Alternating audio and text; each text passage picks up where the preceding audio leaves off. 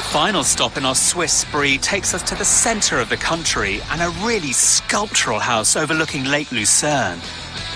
I'm excited because, although I love architecture, I share a different passion with the owner. I think it is down here somewhere, but yeah, I don't know I where. hadn't expected to be along a little narrow road. I was... Here. There it is. Oh!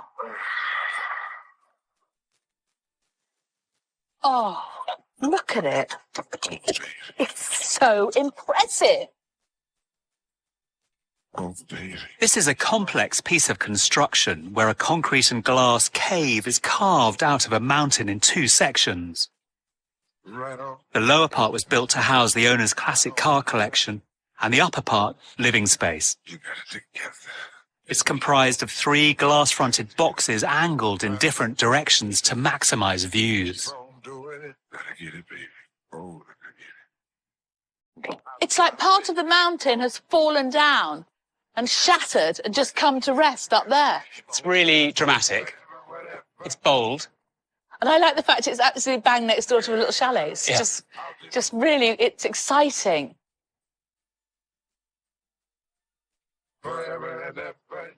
Here, do you think? Yeah. It's going to help ourselves. Villa Amzé's dynamic form dominates its surroundings. The lift is the spine of the house, linking the garage with the residential space further up the hill. The lower level contains the main bedroom suite and access to a swimming pool cantilevered over the hillside. The entire middle floor is open plan, kitchen, dining and living space. Nestled up top is an office, a guest room, and of course for this movie star style home, a cinema. Like some ancient catacomb that we're entering into the bowels of the earth. This concrete chasm of a corridor runs deep into the hillside. At the end, a lift takes you up into the living quarters. But for now, I'm staying downstairs to see the room that was the catalyst for this house, the garage. I mean, the whole history of Porsche design is in here. I am the passenger. I really hadn't been prepared for this. I ride through the God, it's so beautiful. I mean, little bucket seats, wood-rimmed steering wheel, and the knobs. God, they're lovely. singing la la la la la la la la la. Whilst Piers salivates over the motors, I'm going to explore the rest of the house. Once I've thoroughly enjoyed this corridor. Look at the way this wall tilts outward. Look at all the angles. It's quite extraordinary. The owner's obsession with cars meant his original idea was for a well-equipped space to work on his collection, and the accommodation above was almost an afterthought. This isn't just a house and a garage, though. This garage is a piece of architecture. I love the way it's made into a piece of theatre. When you come in, this beautiful set of materials and objects and vehicles is revealed to you through this window. This fantastic view of the mountains and of the lake is extraordinarily beautiful.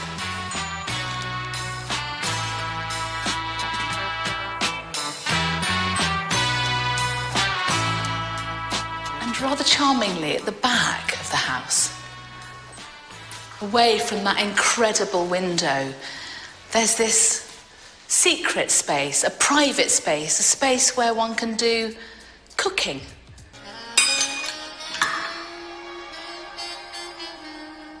Pretty sexy kitchen, though.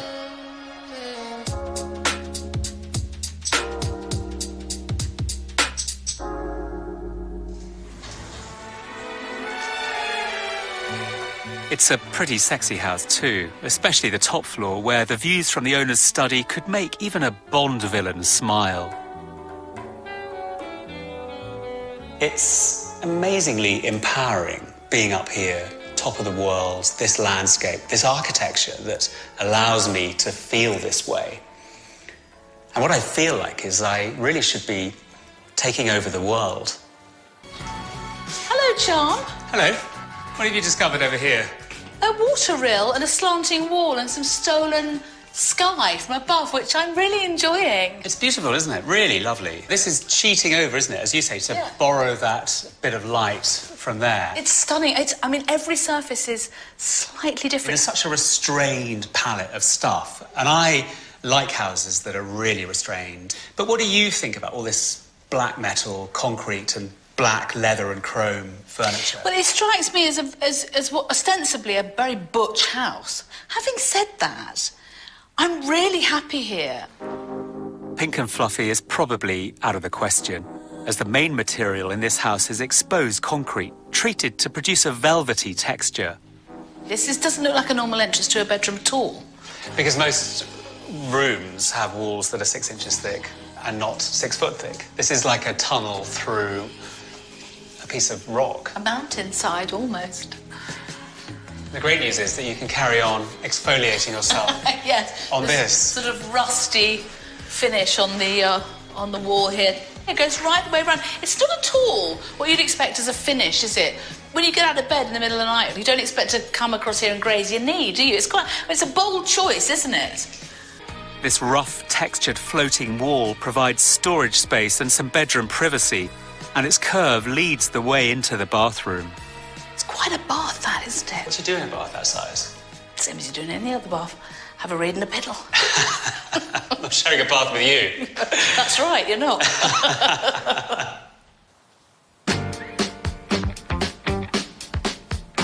The owner of this house is a former financial advisor who retired early and retrained as a mechanic so he could devote himself to his vintage cars.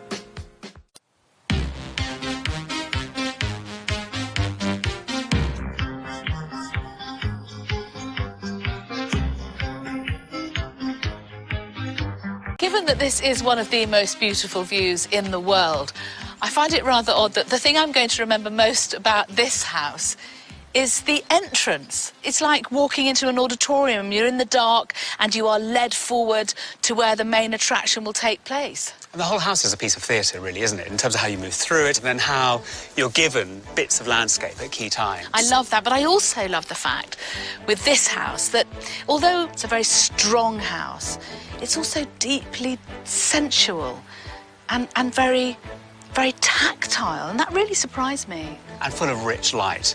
Dark, shade, shadows, texture, and real mood. Very Swiss.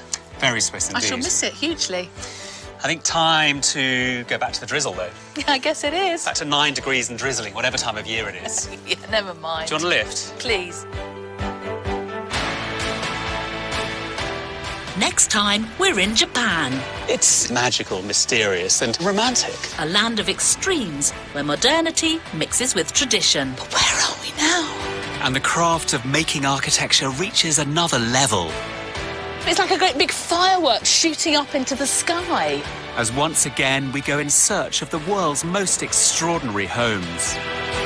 It's not big, but it is clever.